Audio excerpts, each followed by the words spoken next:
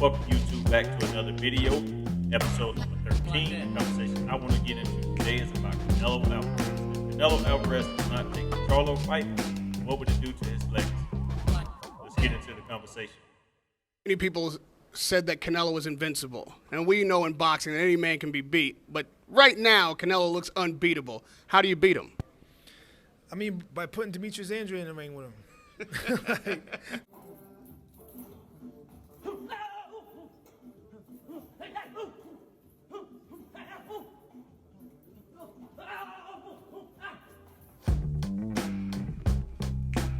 So this is what I think about Canelo Alvarez as far as facing the best competition out there.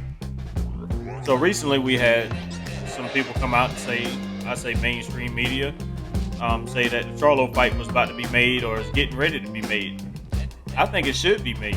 I think it's time for Canelo to step up. He got his praise, he got his belts and everything like that. So he has to step up. So when you buy pay-per-view, you buy Canelo's best fights and possibly best performances. The Triple G fight was one of them. That was a great fight. The Lower fight was a great fight. The Mayweather fight was a great fight. That should tell Canelo Alvarez if he fought those fighters, and you know, only one that he lost was Floyd Mayweather. Floyd Mayweather is just a different type of boxer. He's the greatest of all time, if not one or two, in my opinion. But Canelo Alvarez, he has the potential to reach those type of heights. He could be 2 or 3 or even one of them in a lot of people's eyes, especially in the Mexican community.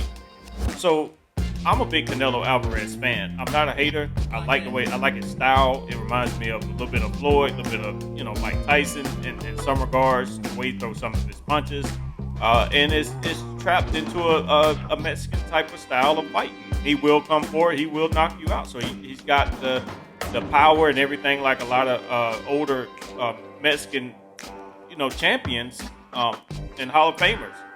So it's nothing but praise for Canelo. I love what he's doing. I'm glad that he's got his belts and everything like that. But he has to really start showing why he is the best. If he does not take the Charlo fight, and if by any means necessary he fights anybody other than Charlo, since it's already brought out, I think he's going to be looked at very differently in the future. And I think he'll deserve every bit of that. I think he will lose a lot of credit for I'm going to put it like this. A lot of those belts that he's won, no fan will ever pay that any attention. We don't care about him being unified or anything like that. He could be unified all you want to.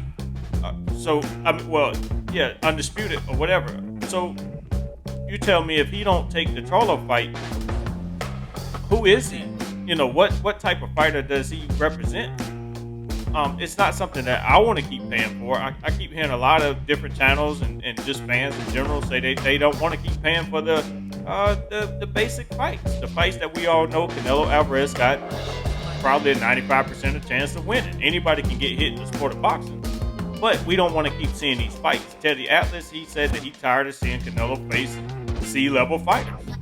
So Jermall Charlo, since they have brought this out, even if it's fake or true, he has to fight him. I think is a must fight.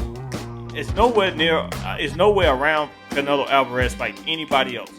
If he move up to 175 or anything crazy like that, I think the media and the fans are going to start looking at Canelo a lot differently. I think his back is against the rope, and they should be. Even me speaking as a fan, but I'm a fan of boxing first. So when you're a fan of boxing, you want to see the best fights, especially he's a pay-per-view king. He's a pay-per-view star. He deserves everything that he's got. He controls the sport of boxing. But even Floyd Mayweather, if you want to pursue what he did or break the records that he has or had, so the only way to do that is to fight the guys that make sense. Floyd Mayweather fought every single champion in 5 different weight divisions, but he also proved why he was the best. He did not, other than like Andre Berto or maybe a couple other small fights, he always faced the best opposition. So Canelo Alvarez is going to have to look at that and say, hey, how do I become the best? How do I become top 10 of greatest of all time? How do you do that?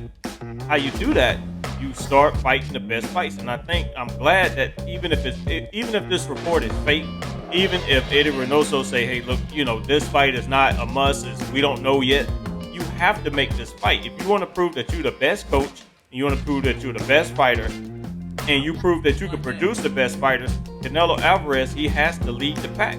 Anybody that fight in the camp, in the camp of Eddie Reynoso and up under Canelo Alvarez, they have to set the tone. If he's not facing the best people, why do we keep paying? So I'm happy that even if the reports are fake, it puts Canelo on notice. And I think Jermall Charlo deserves a chance. He's been calling him out forever. Canelo has been called out by some other fighters. This video ain't about other fighters right now. But all of these clips that you're seeing, all of these European fighters, these fighters that we knew for a fact he could win. So I think he's cheating the sport of boxing. Yeah, it looks good in history or whatever, but Canelo Alvarez have taken maybe the last 3-4 years off from fighting harder competition. So if he want to go out and say, hey, look, I'm the best and this is why I'm the best, you have to start with Charlo. You start with Charlo, you work your way to Benavidez. If you beat all those guys, or you beat the Andrades, if you beat all those guys, then Canelo, you can say, hey, look, I'm the best. I proved it. I have fought everybody, and I did the best that I could do in my career. But as a fan, like I say, when we pay for fights, a lot of true boxing fans don't care about paying for fights. So if you're gonna put your money on Canelo, whether you bet, whether you put it on pay-per-view or something like that, Canelo Alvarez have to tell him, I got a big fan base. I want to prove to my fan base that I'm the best, I'm the greatest of all times in his mind. So, but I think that they got to get past the danger part. You're gonna get hit.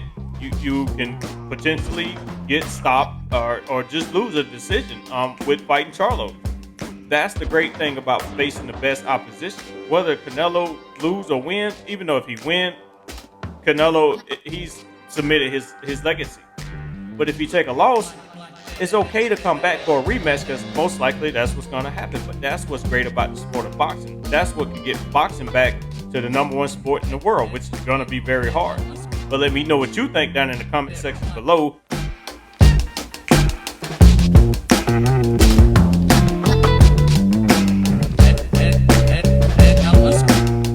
Just want to thank you guys for tuning into another episode of Big Bear Boxing Squad, episode number 13. Let me know what you think about this topic and all the other topics that I'm bringing up. You guys can see that I'm progressing. I'm trying to bring out the best boxing content that I could possibly bring. I'm looking more towards a podcast, but I got to get the audience behind it before I actually start an actual podcast. Have call-ins, we can talk boxing. But that's the whole point of this channel. And I do have some good news. I will have a old school fight dropping with Renell Whitaker at 12:30 for this video. So most of my old school fights will drop at 12:30, and I will have my premiere video dropping every day at 6:30. So make sure you hit the subscribe button and notification, and that way you can get updates on the upcoming videos. You would never miss a video. I think I got so much room to grow. Still got a lot of learning to do, but as far as since I've been back on YouTube, I'm trying to figure out what's working for me and to make my boxing channel different from all the other boxing channels to give you more content to actually watch, just from a different perspective. My dad was in martial arts, and I've been around boxing and all that good stuff for years, so I'm very knowledgeable about it. I may not go into detailed breakdowns of certain fights. There's a lot of channels out there for that, so you go check those out.